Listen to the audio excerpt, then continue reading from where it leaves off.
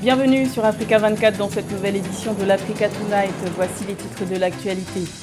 L'opposition quitte la table des négociations au Burkina Faso. Face à la multiplication des attaques terroristes, plusieurs partis d'opposition ont décidé de suspendre leur participation au dialogue politique, dont la reprise est fixée au 3 juillet.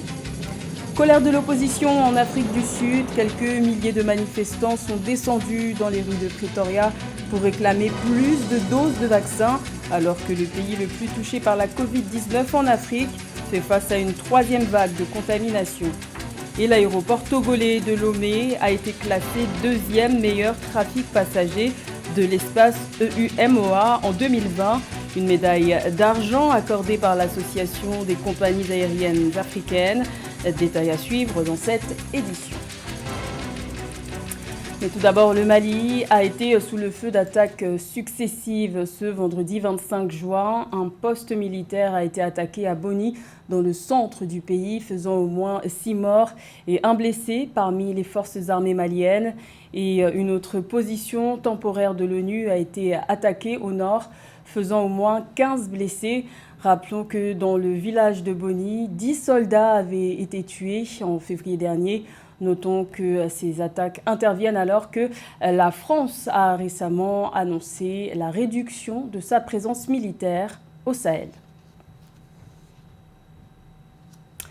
Nouvelle impasse politique au Burkina Faso. Plusieurs partis d'opposition ont annoncé la suspension de leur participation aux travaux du dialogue politique, dont la reprise est fixée au 3 juillet. En cause, l'incapacité du gouvernement, selon eux, à faire face aux attaques terroristes récurrentes dans le pays. L'opposition réclame aussi des démissions. Plus de détails avec Aïssatou Bari. Au Burkina Faso, l'opposition suspend sa participation au dialogue politique qui devrait reprendre le 3 juillet 2021. Une manière pour ces partis de l'opposition de protester contre l'incapacité du gouvernement de venir à bout du terrorisme.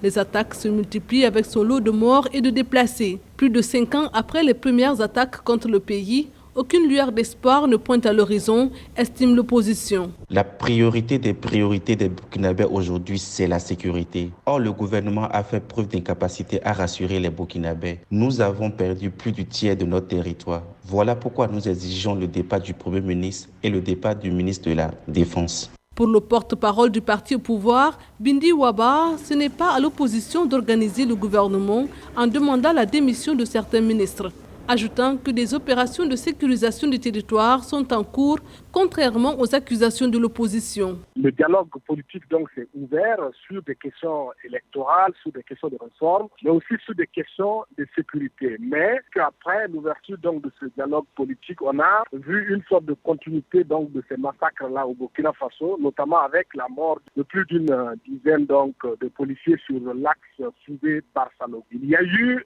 on va dire, une sorte de révolte au niveau national parce que les gens ne comprennent pas que ces tueries-là continuent sans qu'il y ait une mesure politique véritable de la part de l'exécutif en place. On va dire que en même temps, l'opposition est dans son droit, mais elle essaie de chercher encore donc sur la colère populaire parce que au Burkina aujourd'hui, il est évident que tout le monde est content de ces tueries-là.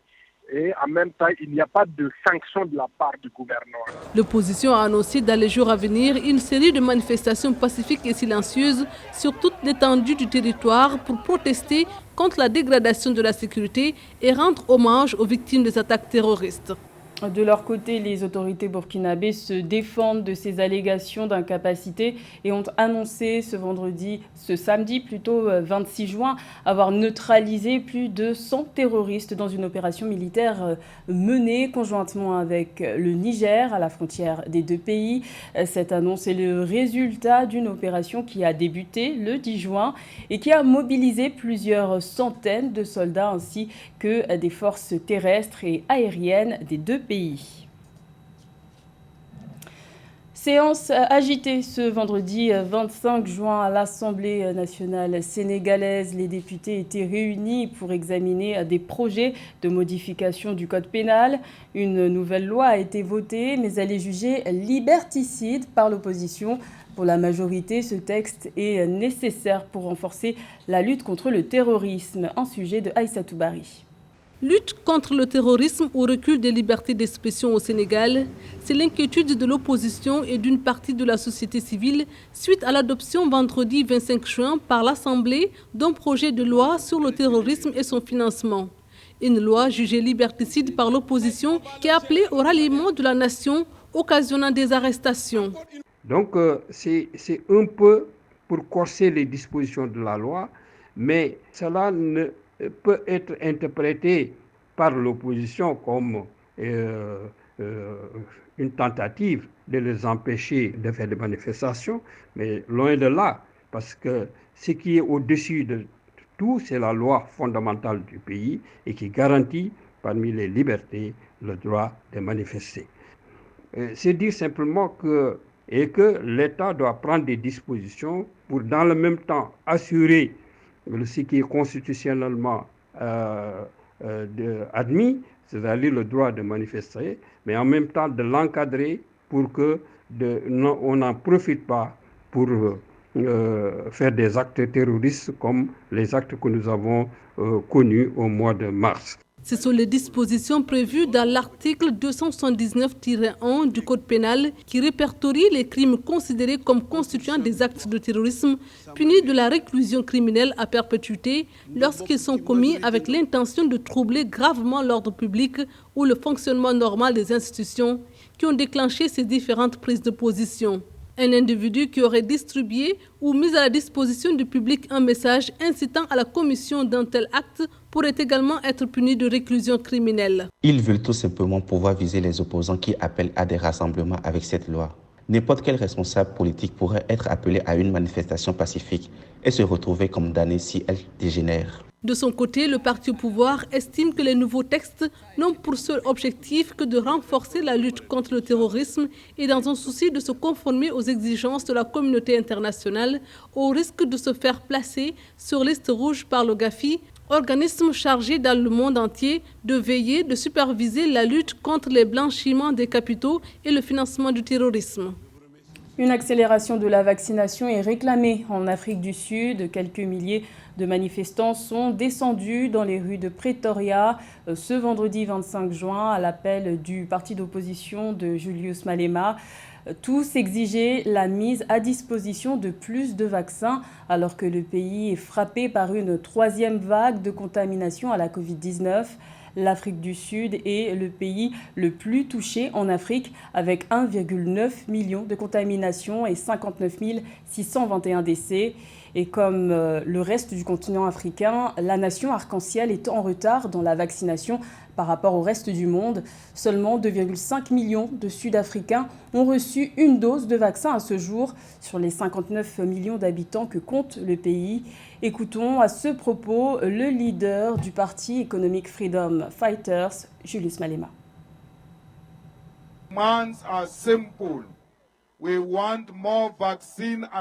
Nos demandes sont simples. Nous voulons plus de vaccins disponibles.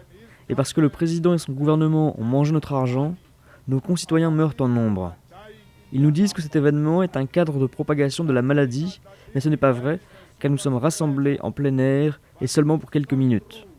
Et après ce rassemblement, nous rentrerons chez nous et respecterons toutes les mesures sanitaires.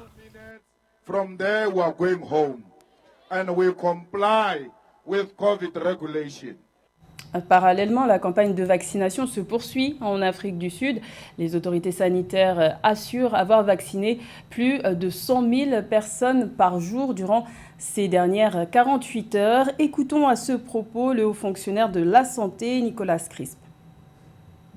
Au cours des 2 derniers jours, nous avons été capables de vacciner plus de 100 000 personnes par jour. Notre objectif pour la semaine prochaine est d'atteindre 150 000 par jour et d'ici la mi-juillet, 200 000 par jour, avec l'objectif d'ici fin juillet d'être en mesure d'avoir suffisamment de ressources sur le terrain pour atteindre 250 000 vaccinations par jour.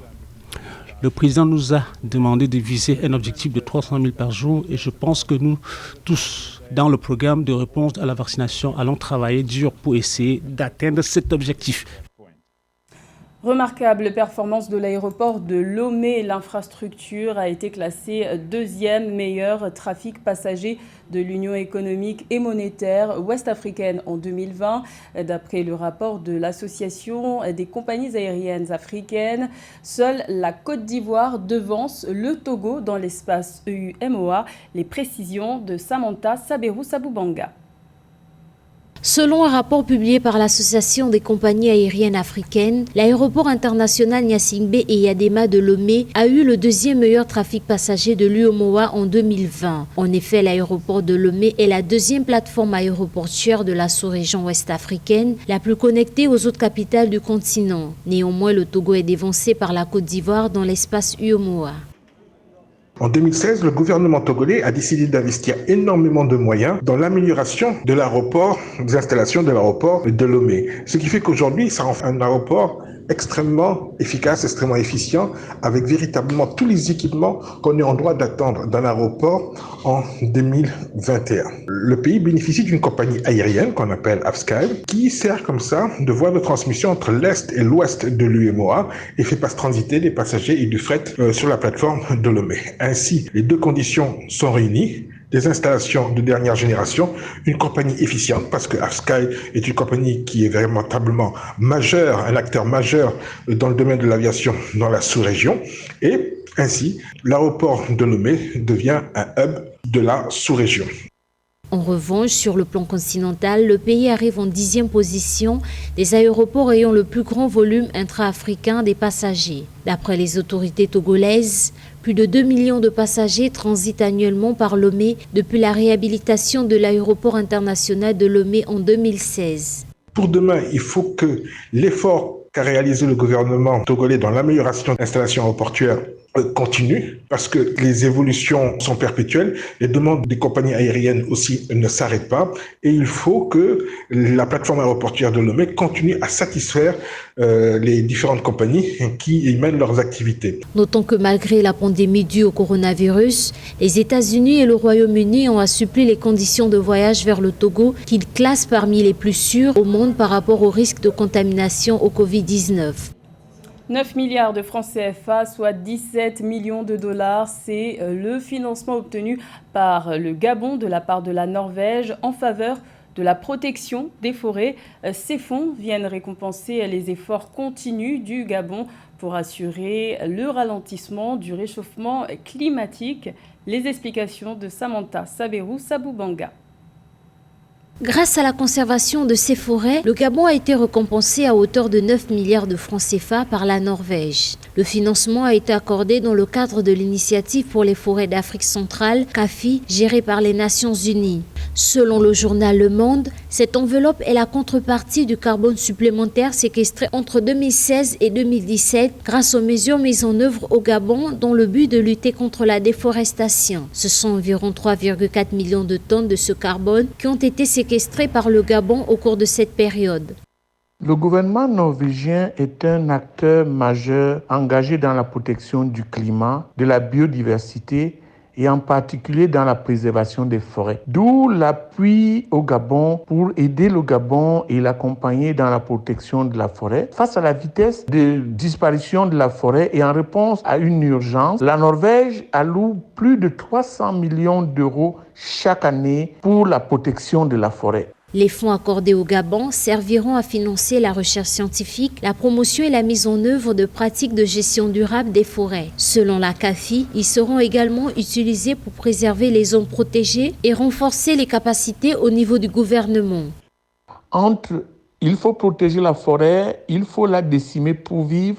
Donc le Gabon est dans cette équation-là et doit faire face à des pays qui ont un grand potentiel forestier, comme tous les pays qui bordent l'Amazonie en Amérique latine.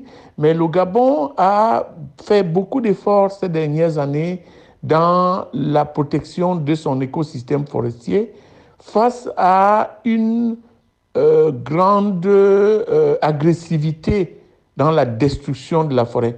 Mais le Gabon pourrait faire mieux avec des accompagnements comme celui de la Norvège et comme celui de bien d'autres pays qui ont le souci de protéger l'écosystème forestier.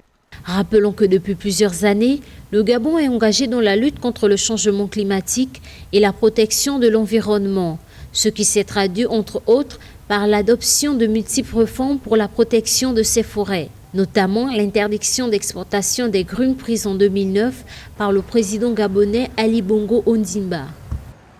C'était le journal de la rédaction. Merci de l'avoir suivi. L'information continue sur Africa 24.